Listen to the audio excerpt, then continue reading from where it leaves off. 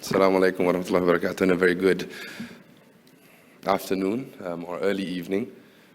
I feel a bit too tall for this, so maybe this is better. Firstly, thank you for having us, MOF, here, from MOF Malaysia here today to present on what Malaysia, especially the Ministry of Finance, has been doing related to sustainability. We put it more in the SDG context, because then that way we'll be able to encompass both the green component as well. We'll be able to capture the green component as well as the climate resilience and climate action component. My name is Maximilian Tariq Conrad. I'm from the Fiscal and Economic Division of the Ministry of Finance, Malaysia. And I do hope I'll be able to do justice to the ministry and to Malaysia in presenting what we have done. Before I do proceed, I would like to note two things. Firstly, the issue of sustainability per se, the term sustainability, I would say is rather new within the Ministry of Finance in Malaysia.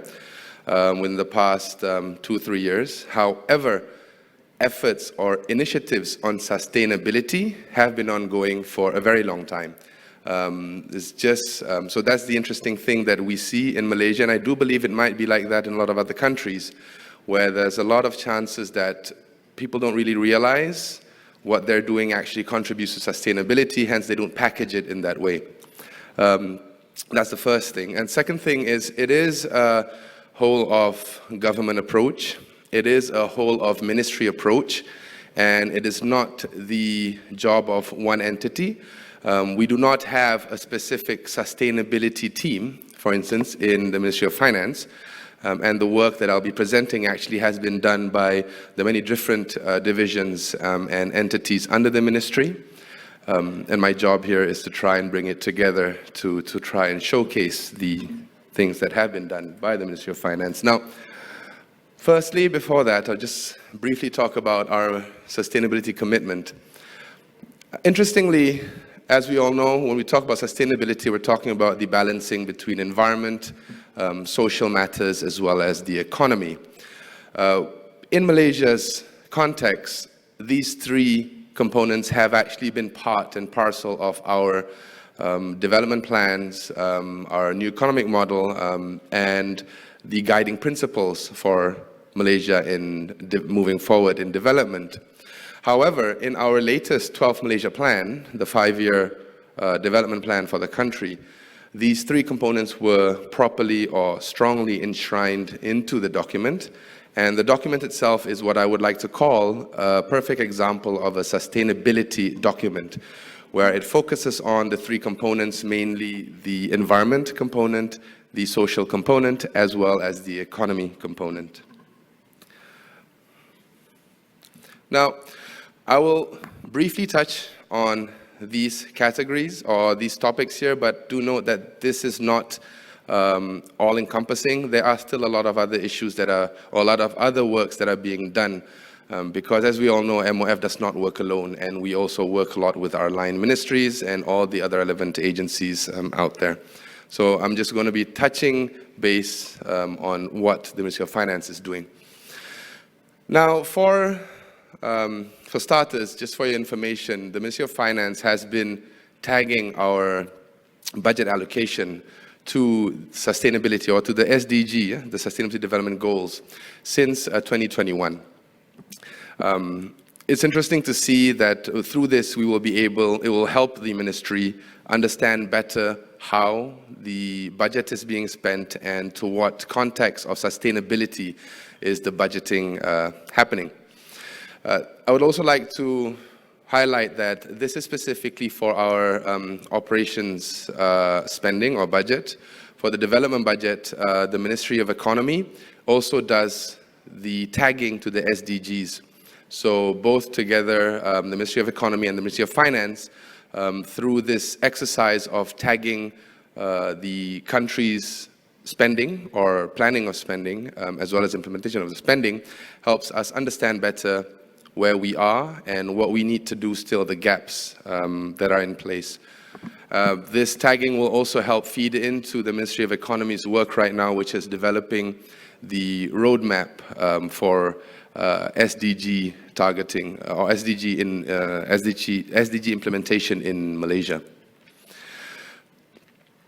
So the Ministry of Finance last year launched the My SDG Foundation, or the Malaysian Sustainable Development Goals Foundation. Now this foundation is a very interesting concept, where the reason for its setting up was, as we were doing the SDGs, we realized that there were a lot of components part of sustainability, the Sustainable Development Goals, that actually don't fall 100% on the government's shoulders, and it is a bit tough for the government to venture into supporting these SDGs. Hence, this foundation was set up in order to help close that gap. So the parts of sustainability, or the parts of the SDGs that are not covered by the government, or that need further strengthening in addition to what the government's already doing, will be looked at by this foundation. Now, this foundation's purpose is in order to bring in the private sector and other sources of financing in order to help support the Ministry of Finance, the Ministry of Economy, as well as all the relevant aligned ministries. Now, this foundation will collaborate with the United Nations in setting up a trust fund for Malaysia, an SDG trust fund. And it is through this trust fund that the support for Malaysia's sustainability journey will come in place. There we go. Is this the right one? Yes, all right. So on top of that, also, I would like to share proudly that Malaysia, we launched our first sovereign sustainable sukuk it was issued in April of 2021.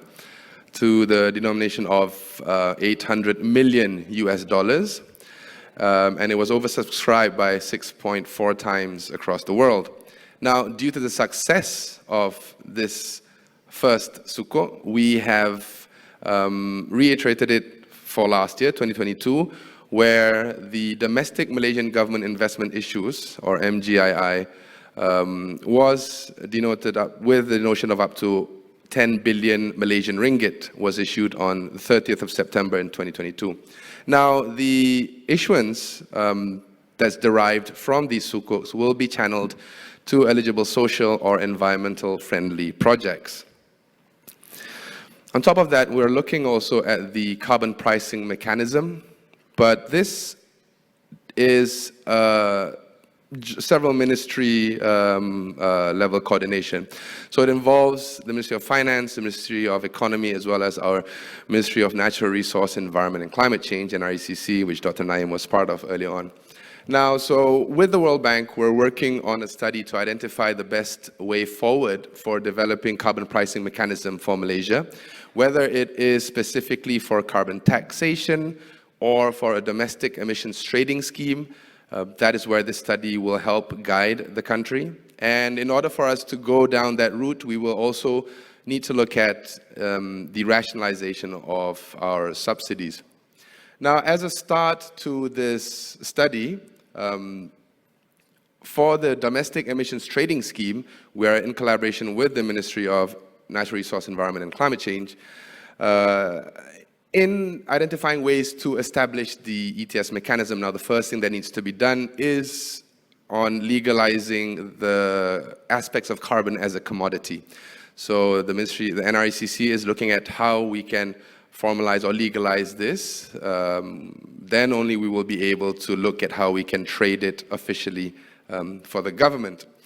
However, just because that study is still being done and our work is still not yet ready doesn't mean that we do not want to venture into this line.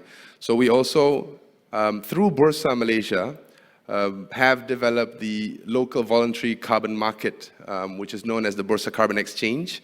At this current juncture, to expedite the uptake of carbon trading, or to strengthen the ecosystem of carbon trading in Malaysia, the BCX will help us identify the gaps that are there. For starters, the VCX will get carbon credits from the Vera platform, which will be brought into Malaysia, and by this month there will be an auction process for them to gather this information, for them to sell off the carbon credits that were received from Vera. Eventually, then it is hoped that Malaysia will be able to generate our own carbon credits, which would then feed into this BCX and eventually also into the emissions trading scheme. Now, on top of that, we've also been doing our Green Government Procurement Program. This has been going on for many years with the collaboration of Malaysia's Green Tech and Climate Change Corporation, also known as MGTC. Under the GGP, there are 40 criteria that are looked at in products that protect natural environment, reduce pollution and conserve resources, as well as minimize and reduce negative impacts of human activities. So, as of 2021, the Green Government Procurement was valued at 816 million ringgit, and it involved 27 ministries. And we are still looking at how we can further enhance it and make it better or stronger and have a higher uptake by the different agencies within the government. I do not have to talk too much about CFMCA because Nick, Anika, and Pekka have already talked about it. I was actually really hoping that they would be here for further discussions on this matter. So but it's okay to be able to see them on screen. So we have been involved since April 2021. We have been involved in a lot of coordination meetings, and we have tried to utilize whatever findings they've done as the best we can. Please disregard our slide. As Pekka was mentioning, they grow very fast. So this was 81 member countries a few weeks ago. Now it's already 83. And even then, I think there is another country coming in. So it might be 84 by next week. So this part will have to change. On top of that, Malaysia also with UNDP and our local university, Islamic University, International Islamic University, are in the midst of developing the Integrated National Financing Framework, INFF, which would help us understand the financing ecosystem in Malaysia, be it from public, private, as well as other sectors. And it would also help strengthen the budgeting, SDG budgeting that I presented earlier on, the first slide just now. And finally, also to map out and look where the private industries can come in to support the SDGs. On top of that, other than what MOF is doing, our central bank as well as our Securities Commission have also been doing a lot of work related to green sustainability and climate action. Their work, these are only some of the lists that I can put up here, but the most strong that they have been working on is the taxonomy, with the central bank working on the climate change principle-based taxonomy for the financial institutions, and the Securities Commission coming up with the sustainable and responsible investment sukuk framework, which is to guide the fund managers and investment community. And also to note that actually our Securities Commission came out with the world's first green sukuk in 2017. So that's something that I would say we're proud of.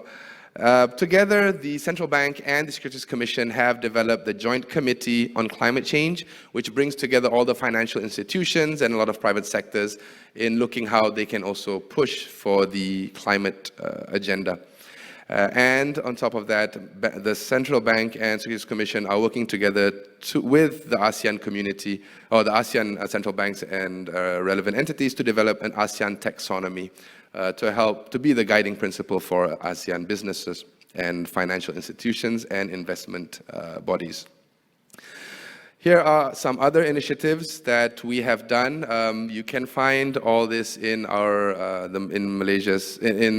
our economic report, which we published in October last year. I'm only given 20 seconds, it says there, so I'm really sorry.